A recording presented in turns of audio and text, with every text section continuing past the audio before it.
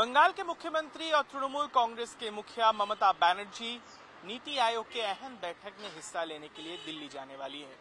दरअसल लोकसभा चुनाव के बाद ममता बनर्जी का ये पहला दिल्ली दौरा है, जिसको लेकर राजनीति चरम सीमा पर पहुंच चुकी है। दरअसल ये नीति आयोग की बैठक इस बार बंगाल के लिए बेहद खास माना जा रहा है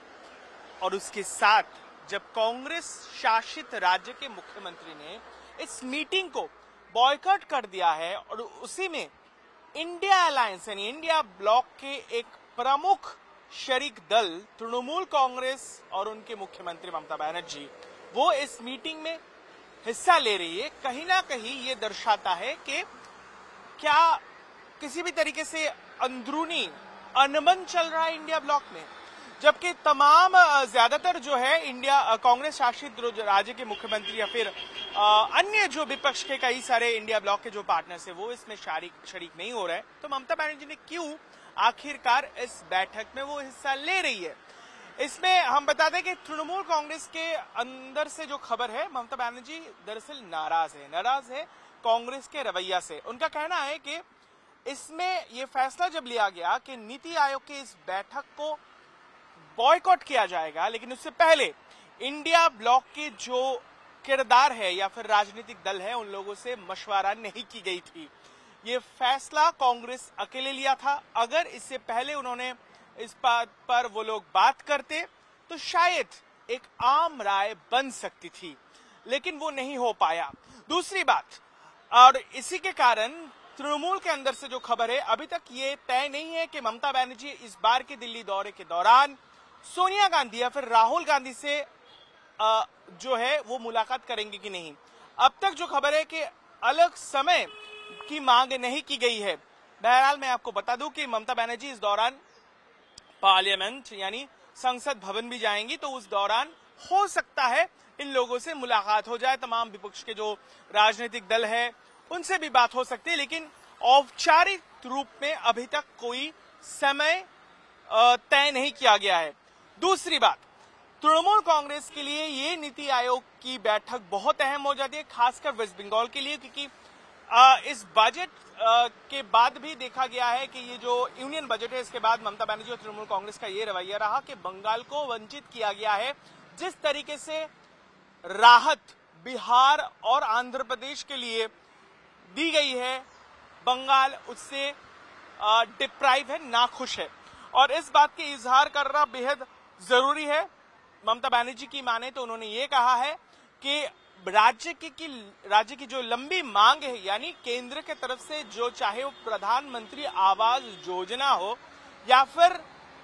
मनरेगा के तहत जो पैसा अभी भी बकाया है वो देना केंद्र से अभी भी बाकी है। तो इस बात पर नए सरकार बनने के बाद यानी केंद्र में एनडीए सरकार का गठन हो चुका है तीसरी बार के लिए, लेकिन ममता की वही राय है कि पश्चिम बंगाल को ये जो पैसा अभी तक मिलना बाकी है वो दिया जाए। तो इस पर जोर वो डालेंगे और इस बात को लेकर, इस नीति आयोग के मीटिंग को लेकर भी राजनीति खूब हुई है। ममता बनर्जी ने खुद कहा कि इस मीटिंग में हिस्सा लेने से पहले नीति आयोग की तरफ से उनकी स्पीच के बारे में पूछा गया, बताया गया वो लिखित में जो स्पीच इस मीटिंग में रखना चाहती है वो पहले ही साझा कर ले, लेकिन ममता बनर्जी ने ये स्पष्ट किया है, उन्होंने औपचारिक रूप में ये जो स्पीच है वो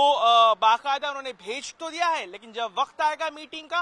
तो उनके जहन में जो है, उनमें उनके मन में जो है वही वो रखेंगे, मन की बात करेंगे ममता बनर्जी इस नीति आयोग की बैठक में।